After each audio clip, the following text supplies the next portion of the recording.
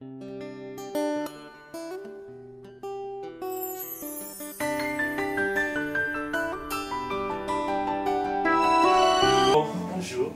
il y a l'émission École de la Sagesse. Qui na rencontre na biso, il y a Lélo mercredi. Tout pour un invité spécial. Mais avant tout qu'il y ait une présentation, sur les canaux de l'adoration pour nous célébrer Nzambe Longo, na bandeko o ekota na biso. Elia, Elia, Elia, Elia, Elia, Elia, Elia, Elia, Elia, Elia, Elia, Elia, Elia. J'attendrai, j'attendrai jusqu'à ce que ta gloire descende. Moi j'attendrai, j'attendrai jusqu'à ce que ta gloire descende. Oh Yaya, montre-toi, montre-toi tel que tu es. Papa mimonisa, mimonisa, lolenge ozali. Babetelanga, masola bikamwa, lelo na mona yo. Elia, Elia, alobo shata baba. Oh, Elia, Elia, Elia, alo samara sete. Elia, j'attendrai jusqu'à ce que ta gloire descende. J'attendrai, j'attendrai jusqu'à ce que ta gloire descende. Seigneur, j'attends, j'attends. J'attendrai. Le col a Bartimée, le col a Anna. Alingi Yesu, namona yo, namona yo, namona yo. Chante avec moi namona yo. Namona yo, namona yo, namona yo. Ya ya, ya ya namona yo, namona yo, namona yo. Bartimée atelemi amona yo, ata ebela bato alobe amona yo. Bartimée atelemi alobi namona yo, etuluku ya bato oyo. Yesu yo otelemi, omonisie, ika mwana yo. Chante avec moi, Elia, Elia. Manorobo sheta barababa, le masema me, lo sheta baraba sete ya baba baba. Elia, j'attendrai jusqu'à ce que ta gloire descende. Mendaraba shite beli amanze breya basita. O sata barabu shite kete. Asekwisi sokinga na kopema. Aro shite. Kufeti kie. Kufeti kie. Mange libere. Bina balobi. Asekwi na bakufye. Azali sekwa na ngai. L'école de la sagesse azali sekwa. Na libota banga azali sekwa. Masi azali. Masi azali sekwa. Azali. Asekwisi nyonso yanga. Azali ababosheta bamwezo ya ozala lisekwa, ya ozala lisekwa, lelo lobi pe libera, okotikala lisekwa. Parmi les morts ressuscité, parmi les morts ressuscité, ya ozali lisekwa, na libota nanga lisekwa, na bandeko nanga lisekwa, na etonga nanga lisekwa. Yesu ozalaka lisekwa, uta avant viliseya ozala kaka lisekwa. Combien plus fort papa o shetabaraba kone bangisa na yoyote yo apareta ko utakala eloko moko te yawe elekeli yo na makasi obikisa kona sida obikisa diabete malebo shetaba eloko nini eza impossible epana yo yaya yawe zala lisekwa bandeko na ngai lisekwa lobi marebo shetababa lisekwa Masia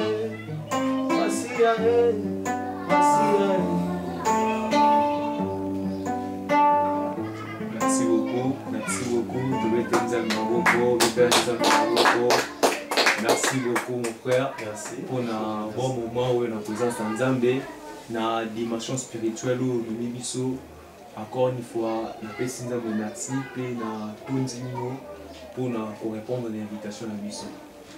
On appelle Anthony Bino Koleka pour l'invitation au l'école à la sagesse.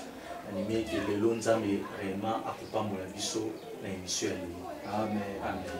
Avant tout, quand même, juste une courte prière pour nous développer le sujet du jour. Père, nous célébrons ton nom parce que tu es merveilleux, tu es digne de recevoir la gloire, la puissance. Tu es notre alpha, tu es Yahweh, Père. Laisse que nos pensées et ouvre notre intelligence, Papa, afin que ton peuple va la bénir en ces jours au nom de Jésus. Amen. Amen. Amen. Avant de continuer à ce jeu du jour, on a biso comme ils ont annoncé sur la plateforme YouTube et sur notre chaîne Facebook. Ils ont annoncé qu'il y a le lot de ma frère Mervi dans l'école de la sagesse pour tout débattre sur un thème où ils ont intitulé la poursuite de la vision. La poursuite de la vision. Avant tout, Pesa Maloba et pas invité na biso tout à se présenter à Zanani P je suis le frère Mervi, capitaine Boanatu, à Deboye.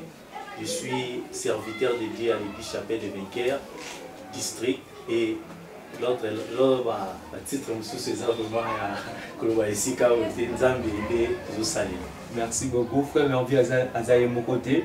Aza Nasimananga, nous avons des guitaristes ou accompagner frère Mervi. Et puis il faut se présenter. C'est le frère Emmanuel Moussin, je suis guitariste de l'église Maus. Amen. Merci beaucoup. Tout le monde dit Papa Mervi à la chapelle de Vainqueur, le frère Emmanuel Moussin, à l'église Maus, ça va. Toujours au service du Seigneur, ça va. Et na maman Likambo Bongis na journée à l'élo, et ça a été la poursuite de la vision. La poursuite de la vision. Par là, frère Mervi, au même temps, par là, dans le sujet du jour où il y a la poursuite de la vision, lorsque j'ai compris que la vie, il y a bateau et Sengeli est d'abord la vision. Parce que sans la vision, il y aura toujours un débattement de vie.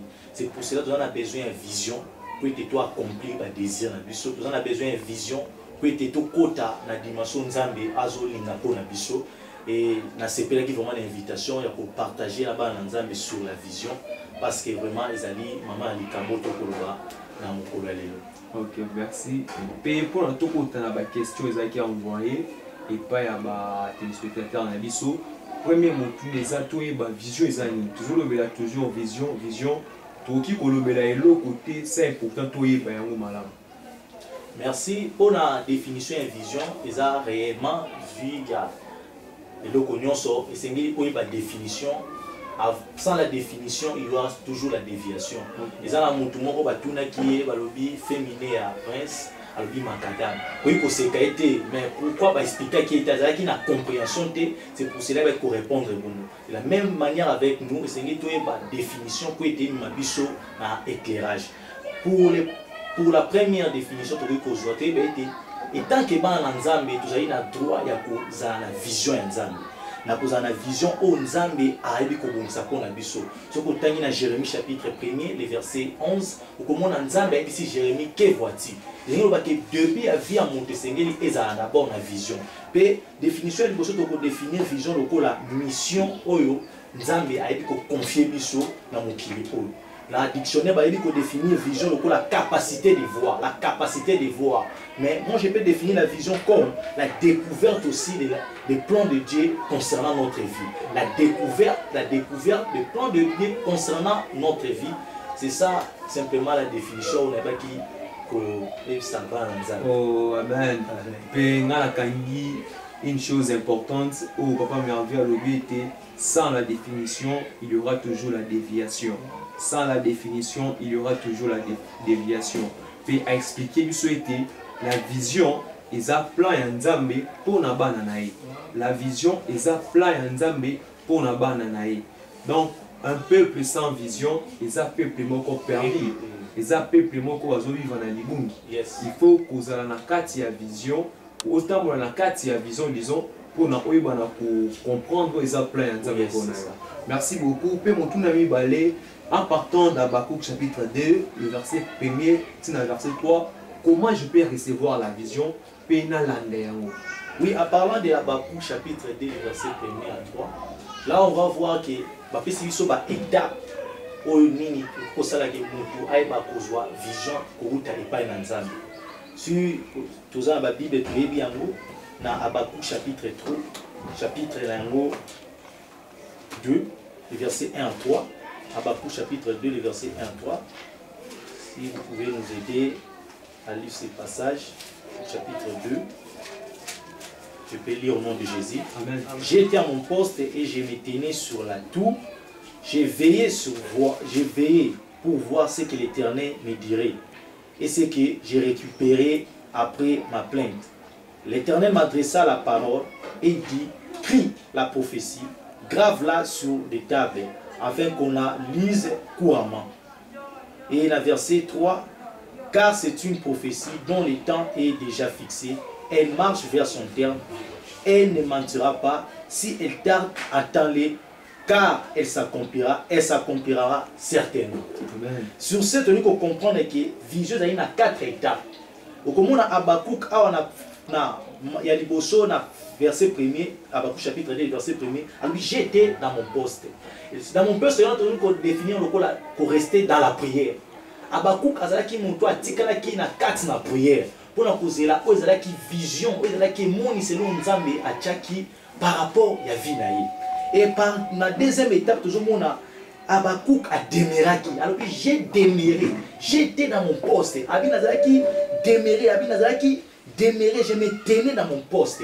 Parce que là, c'est la vision. Ils n'ont pas Nzambe belé et c'est tout déméré et pas dans la présence de Nzambe pour nous la vision. Et pour ce lobby, et c'est optica dans la prière, il faut à deuxièmement lobby, c'est déméré dans la présence de Dieu.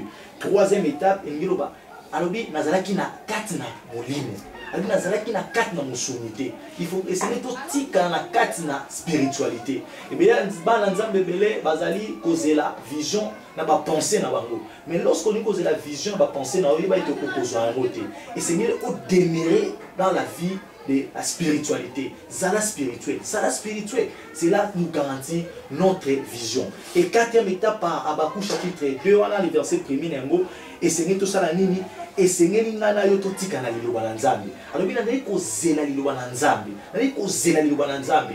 La vision vient au travers la parole de l'Éternel. La vision ne vient pas à travers quoi, comment dirais-je là-bas. Notre corps, mais ça vient de la parole de l'Éternel.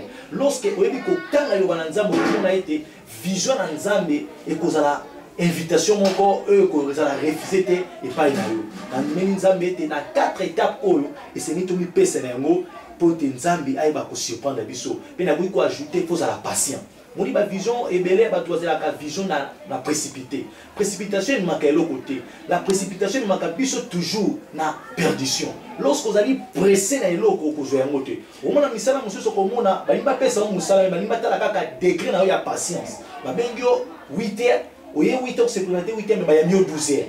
Et ça va te belé na 9h déjà à l'émi déjà accueilli. Mais pas tout va être à 12h monde va qualifier pour la cause musala. De la même manière avec nous, nous devons être patients pour recevoir la vision de la part de l'Éternel. Ok, merci beaucoup. On va merveiller ici qui est dans la vision, il faut être patient pour recevoir quelque chose de la part de l'Éternel. Mais troisième question, la mission par rapport à la vision, tout le monde a une ambition. Donc, je vois qu'il y a une ambition dans les États-Unis parce que dans le Congo, coronaire Congo, na coronaire États-Unis est différent. Selon mais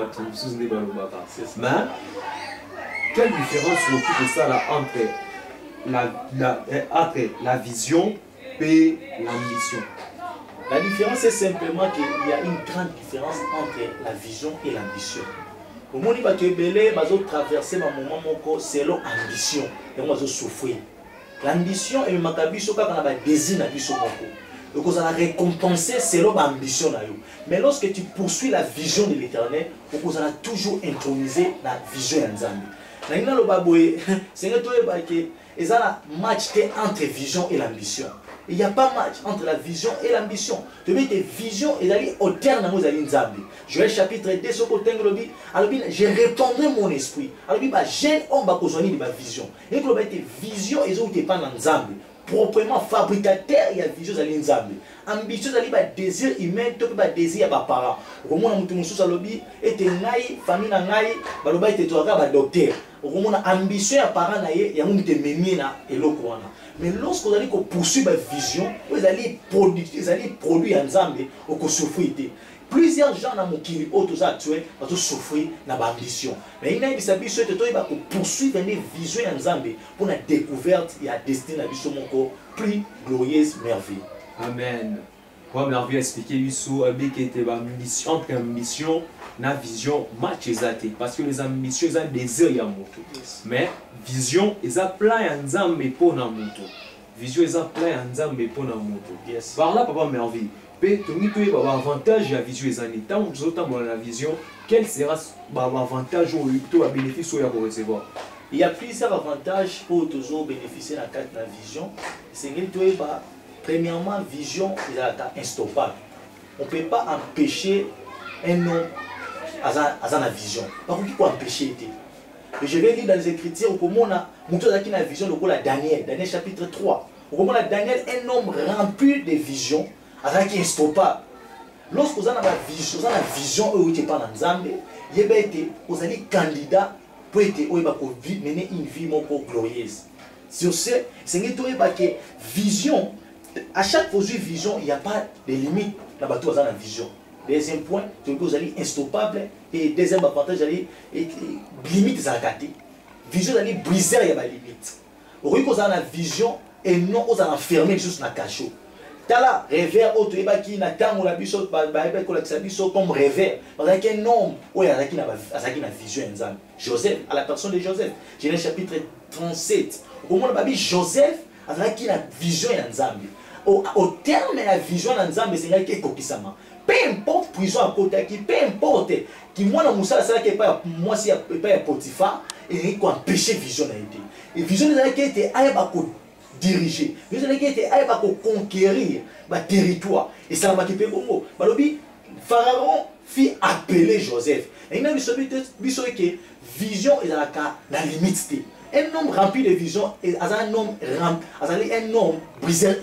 qui brise des limites. Et il y a par là Jésus-Christ, notre Seigneur Sauveur, avec un homme qui a une vision. La Bible nous dit selon Esaïe, un fils nous est né. Qui vision, qui révélé par le prophète Esaïe.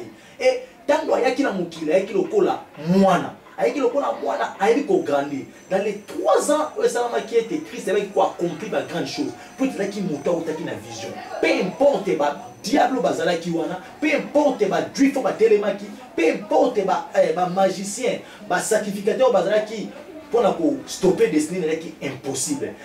Christ est qui renommé la puissance. Gloire qui répandue mon kilomobima. Un homme rempli de vision, un homme de briseur de limites. Pour troisième point, c'est la vision dans la vitesse. La vision donne la vitesse. C'est-à-dire, avantage, c'est de résister. La vision donne la vitesse. Tant que vous avez la vision, vous avez la vitesse. Quand vous avez la tête à 3 ans, vous avez une année. Quand vous avez la tête na ranger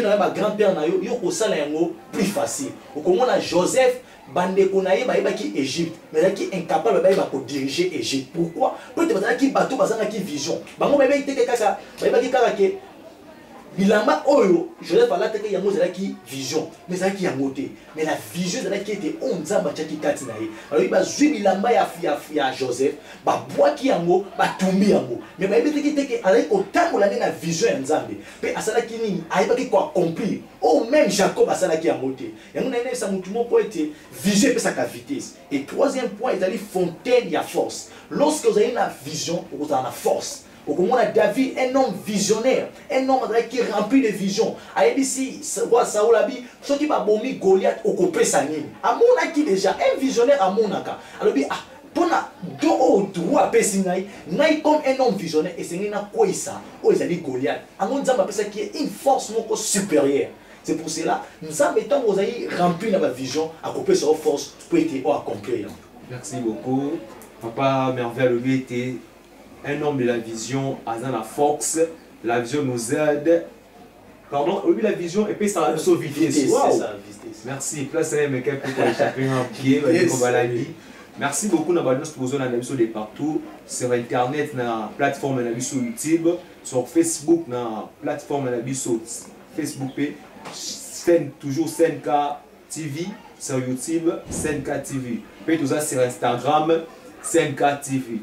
Merci beaucoup. Pouvez-vous continuer pour s'abonner à la chaîne YouTube Nabiso. Pouvez-vous santé pour activer cloche. Il y a une notification pardon. Pour toujours notifier dans les événements où Kolanda.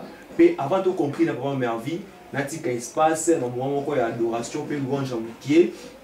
Nande Konabiso Emmanuel. Donc papa merveille à la caméra, atali bandeko balandi. Après si bango moi conseil moko même pendant 3 minutes. Peuple de Dieu, conseil ezali kaka esengeli tolanda na vision, tolanda non ou bato baza koloba. La vision tolobi ete na nzela ya prière, totika na présence ya Nzambe et afin que Nzambe wana o apesaki Joseph vision pona oyo azkomaki Nzambe wana pe ko accomplir vision na epa na biso. Et je voulais que notre journaliste peut nous accorder toyeba ko remercier bandeko oyo bayebi ko soutenir biso na ndenge tozali boye Nzambe dazali premier soutien na ngina pesa remerciement na ngai pa na Nzambe pe pa ya papa na ngai ya molimo évêque David Oyedepo et mon père aussi bishop David Abioye ainsi que ma famille, la famille Capitaine, serviteur de Dieu Guy Aimé et puis serviteur de Dieu Flavien Capitaine et ma sœur Kenny Matanga et aussi couple maman Suzy Ikaba pour être bangone mutu bazali koeba ko soutenir serviteur na bango pe ainsi que la famille Mosengo bazali na mbujima bazali pe na mboka oya Kinshasa. Nzambe vraiment apambola bino et la famille Capitaine sans oublier et ma fille d'élève à Biola et la fondation aussi Soleil Levant et la présidence MH Doloka. Je vous remercie tous, que Dieu vous bénisse. Merci beaucoup frère Mervi, merci beaucoup Bandego Balandi pour tout cet espace na guitariste puis na frère Mervi na moment où il y a adoration. Sans toutefois tarder, nous avons invité maintenant surtout pour s'abonner massivement à la chaîne YouTube Nabiso 5K TV et pour s'abonner à la page Facebook Nabiso 5K TV. Nous avons tout balandaka biso na Angola, traduction au Salama, mais vous allez juste après 2 ou 3 jours. Puis nous avons tout balandaka biso de partout, aux États-Unis, en Europe, vous allez biso en Afrique, même en Australie, pourquoi pas dans le monde entier disons.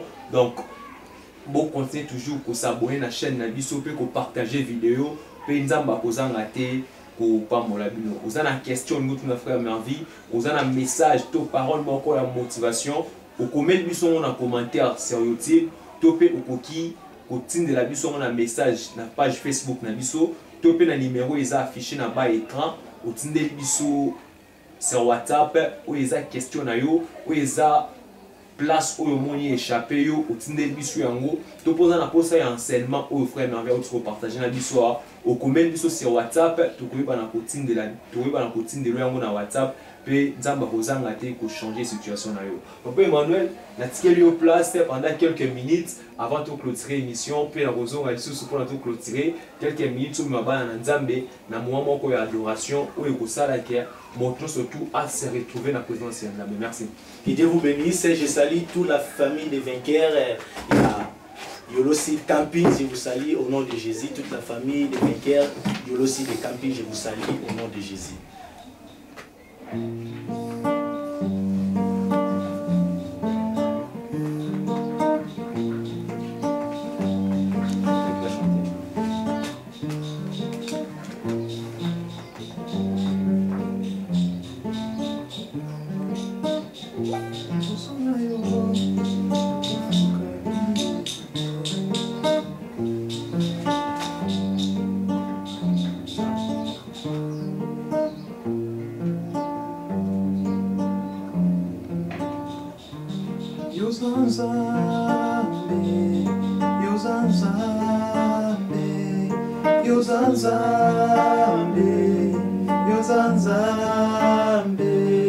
Yoza oyo monokunanga ekoki koloba teo. Oza oyo mabanzo nanga ekoki kokanisa teo. Oza likolo ya mayele nanga pe bomoto nanga o. Yoza nzambe, yoza nzambe, yoza nzambe, yemba yoza linzambe, yemba yoza linzambe, yemba yoza linzambe, yemba yoza linzambe, yemba yoza linzambe, yemba yoza liya, yemba yoza liya, yemba yoza liya, yemba yoza liya, yemba yoza liya, yemba yoza liya, yemba yoza liya, yemba yoza liya. Oza oyo mayele nanga ekoki kolobela te o. Yoza oyo makanisi nanga ekoki kososola te o. Yoza oyo minganga na mboka o bakoki kokanisa te o. Yoza oyo bapolisier bakoki kokakola te o. Yoza oyo bakonzi ya mboka bakoki kokakola te o. Ovana na tone uta eternité kino lelo papa. Nzambe ya vision, nzambe ya poursuite, apesa biso yango e. Yoza oyo, yoza oyo. Chante avec Frère Emmanuel. E bacheta baraba setere bosha. Azali nzamba Congo, azali nzambe nanga. Yoza oyo, mboka Congo ekoki koloba te o. Yoza oyo, libota nanga ekoki koloba te o. Yoza oyo, marebo sheta bababa. Je salue ma sœur Jibiskai. Là où elle est, je vous salue au nom de Jésus. Que Dieu vous bénisse tous. Je suis là pour vous et je sais réellement Dieu va vous bénir encore de plus. Jésus t'aime. Donne ta vie à Jésus. La vision appartient à Jésus. Ah, yoza nzambe. Mboka Congo ekoki kokabola te o. Yoza nzambe. Frère Shadrach, Kabasele, Nzambe, Memae, Libosoe. Naba initiative, Oyo, Nzambe, Nzambe, Pambola, ye. Soutenir, ye, Nzambe, à la bochette, à la bochette.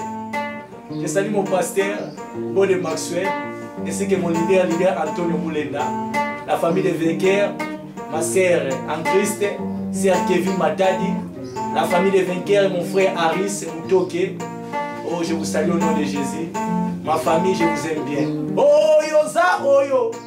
Emmanuel et Mose Makoki Coca-Cola te. Yoza oyo.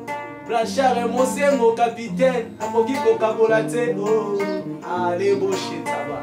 Je vous salue au nom de Jésus. Bana Irumu, je vous salue. Tout Yolo, je vous salue. Les enfants de Makala, je vous salue. Oh, que Dieu vous bénisse. Yoza Nzambe, Mboka Kombo, Tolomi, Yoza Nzambe. Yoza Nzambe, Nzambe, Nzambe, Nzambe. Alléluia. Yoza Nzambe, Yoza Nzambe, Yoza Nzambe, Yoza Nzambe. Yoza oyo, monoko nanga ekoki koloba, se o. Yoza oyo, mabanzo nanga ekoki kokanisa, se o. Yoza likolo, ya mayele nanga pe bomotuna, nga o. Yoza Nzambe, Yoza Nzambe, Yoza Nzambe, Yoza Nzambe. Amen. Amen. Merci beaucoup frère Emmanuel, merci beaucoup Naba, tous les oiseaux sur Facebook, sur YouTube. Merci beaucoup Papa Mervi na moment où il y a adoration, puis na moment où il y a parole. Nga en soi et motivé na makasi pe singa sous connaissance concernant la vision pe na été invitation ezali liboso mais sukate. Amen. Kwa na yebike bokoya na équipe mobimba pona komba suba na nzambe na présence ya nzambe pe moi mutuna moi muke concernant affiche ya groupe bon na mona ki na page oui na story na yo ya WhatsApp concernant tout ça esengo na elongi ya baninga disons. Ah oui. Ok, la caméra. Oui, c'est la fondation Soleil Levant. C'est la fondation Soleil Levant. Ils allaient diriger par la présidente MH Doloka, Dorcas Capitaine, ma cousine Liende Azali, la présidente de la fondation où ils allaient comme le Soleil Levant. Soleil Levant, il y a juste qu'à Jésus-Christ, donneur d'espoir. Il y a mon PC espoir. Tout allez sorti mon corps, ils allaient très spécial. Tu as invité Bissonion so comme on est Pesa Elika. Première partie c'est là qui na orphelinat à Nema où ils allaient deuxième édition et que ça là na hôpital Mabanga ko pesa espoir la bande qu'on a biso azali na anémie ba anémique ko pesa bango sous espoir koleka ko isa bango te yesu azali na capacité ya ko bikisa ya ko vandi sa santé et na invité moto nyonso ezali contribution ya $1 moto sepeli omoni affiche to koyeba kotika yango na chaîne OCNK TV pona eba ko motiver so bato ko ozana MP ozana Orange Money ko sala geste na yo pona geste d'amour selon Jacques chapitre 1er verset 25 osali yango pe nzambe akopambola yo. Et juste un message à Soleil Levant et à moi là vraiment il a passé. Merci beaucoup Bandeko Balandi, Tobo Sanate, vous avez béni pour la cause de la bénédiction pour la baninga. Tobo Sanate, Fondation Soleil Levant, ils ont sorti pour Bokene pour Tokotia et Sengo et pas les 26 Oyo et puis dans l'hôpital Mabanga. Oui Mabanga. Tokene Kota la balance tout bazar anémique, pour dire que la bango moi quelque chose pour un peu pour Sunga Bango. Tobo Sanate m'a commis le métier dans qui n'a pas si ou qui Kota la ngat. Zaki na prison ou elle côté la ngai kobosa na yango te to accomplir yango penza ba kozanga te ko bakisa quelque chose na ba finance na yo pour na to clôturer moi prière ya suka pe wana tozo bondela yambi ke papa Emmanuel na quelque chose au plus sur se pelisa ba na nzambe Iwa Yahweh. Père Dieu tout-puissant, nous te célébrons papa.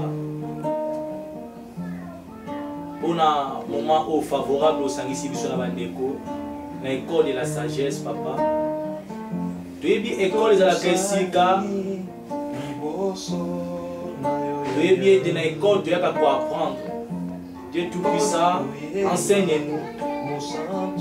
Dieu tout-puissant, enseignement au école de la sagesse.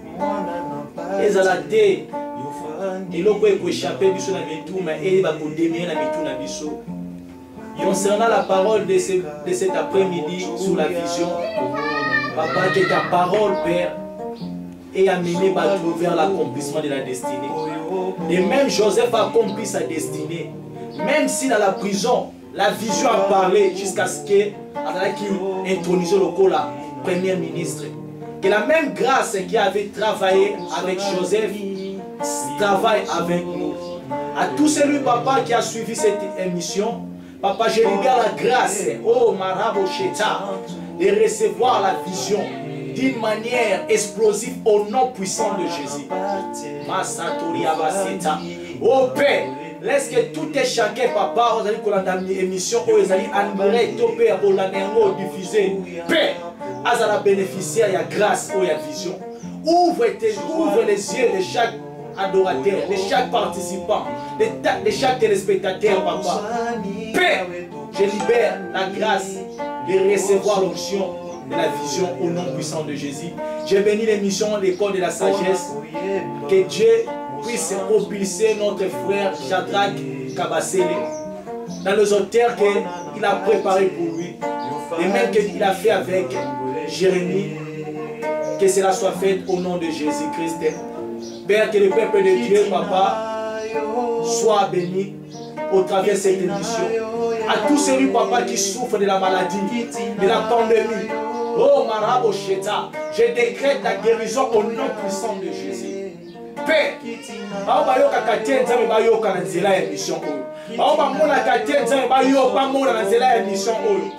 tout celui, papa, vous allez couper sa méga naïe, giga naïe, pour la colonne émission au Nzambe. Enseigne-moi de l'abondance, enseigne-moi de la prospérité. Oh Dieu béni, oh Shatama, oh Seta. In the name of Jesus Christ. Père, à toi la gloire, la puissance et la majesté. Amen. Merci beaucoup. Merci beaucoup d'avoir vu. Nzambe apambola yo. Pe to continue toujours pour s'abonner à la chaîne YouTube Nabiso SNK TV. Pe Nzamba kozanga te ko pambola biso. Mais s'il vous plaît, tu respecter les gestes barrières. Tu respecter les gestes barrières. Pour y avoir des alliés lignés au gouvernement PCBiso. Tu répondre au mot terrain de Koranga Chantal. Nzamba pambola biso. Merci beaucoup.